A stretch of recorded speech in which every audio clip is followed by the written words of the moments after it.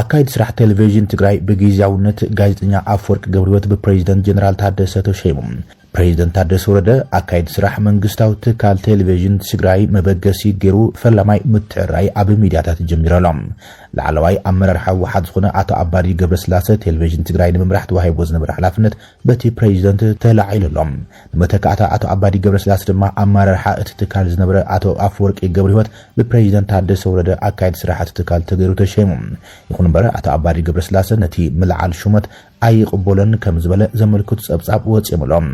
እዚ እምቢተኝነት ግን ብነጻ አካል ምርግጋጽ የተኻለን ጀነራል ታደሰ ወረደ ቅድሚ ሰሙን ንውሳነ ህወሓት ኣብ ዝነጸገሉ ጋዜጣዊ መግለጺ ቴሌቪዥን ትግራይን ድምጽ ወያነን ኣነ ካብ ዝበልኩ ወጻይም ኣሕሊፎን ብምባል ከሲሱ ነይሩ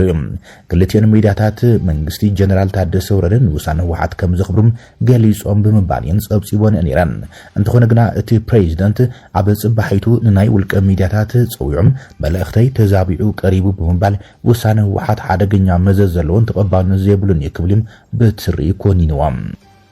ቀድማይ ሚኒስትር አብይ አሕመድን ፕሬዝዳንት ኢሳያስ አፈወርቅን ክራኸብዮም ክልቲኦም መራሕቲ ድሕሪ 3 ዓመታት ንፈለማ እዋን ፊት ክራኸቡ ተባሂሉ ዘሎም አብይን ኢሳያስን ዝራኸቡላ ከተማ ድማ ርእሰ ከተማ ሩስያ ሞስኮ ኮይናም ኣብቲ ክልቲኦም ናይ ቀደም መላፍንቲ ናይ ሕዚ ድማ ተጻባእት ኮይኖም ዘለው አብይን ኢሳያስን ዝራኸቡሉ መድረክ ድማ ፕሬዝዳንት ግብጺ ዓብደልፈታሕ አልሲሲን ከም ዝርከቡ ተገሊጹ ዘሎም እቲ ዋዕላ ፕሬዝዳንት ሩስያ ቭላድሚር ፑቲን ዘዳለው ኮይኖም መራሕቲ ሃገራት አፍሪካ ዝተዓደሙሉ ምዃኑ ተገሊጹ ዘሎም ፈለማይ ዋዕላ መራሕቲ አፍሪካ ሩስያ ንሳልሳይ ግዘም ክራኸቡ ምዃኖም ተገሊጸሎም ዋዕላ ሩስያን አፍሪካን ኣብ መንጎ ፌደሬሽን ሩስያን ሃገራት አፍሪካን ሽርክነት ዘዕቢ ላዕለዋይ ደረጃ መድረክ ኮይኖም ኣብ ጸጥታ ቁጠባን ቴክኖሎጂን ዘተኮረ ተባሂሎም ኣብ 2023 ኣብ ሴንት ፒተርስበርግ ዝተኻየደ ዋዕላ ኣብ ቀረብ እኽልን ወተሃደራዊ ምትሕባርን ዘጉልህ ክኸውን ከሎም ሳልሳይ ዋዕላ ድማ ኣብ ቀውዒ 2026 ክካየድ መደብ ተተሓሒዙሎም እዚ ድማ ካብ ካልኣይ ዋዕላ ሚኒስትራት ሩስያን አፍሪካን ዝተረኸበ ውጽኢት መሰረት ብምግባር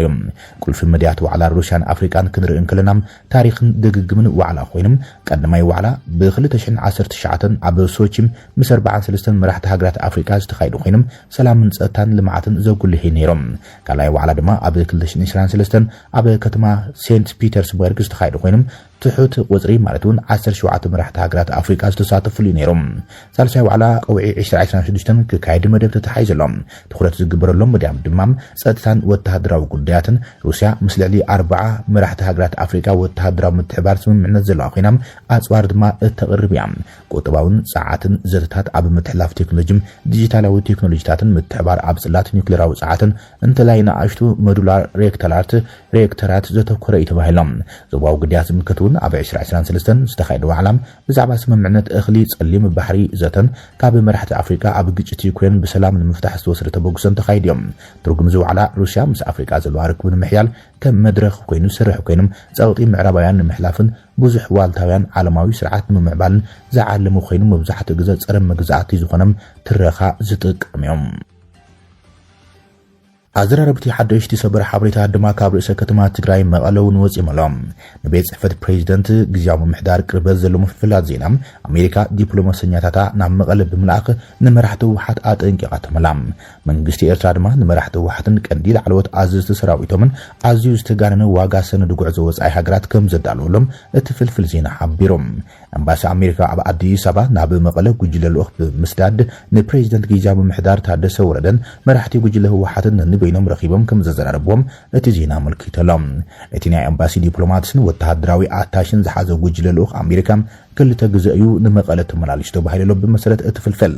ኣብቲ ዝሓለፈ ሰሙን መቐለ ዝተጓዓዘ ጉጅለ ልኡኽ ኣሜሪካ ንፕሬዝዳንት ታደሰ ወረደ ረኺቡ ዘዘራረቡ ኮይኖም ዝሓለፈ ሰሙን ድማ ንመራሕቲ ህወሓት ንምርካብ ካብ ኣዲስ አበባ ንመቐለ ተጓዒዞም ከም ዝነበሩ እቲ ምንጭ ዜና ሓቢሮሎም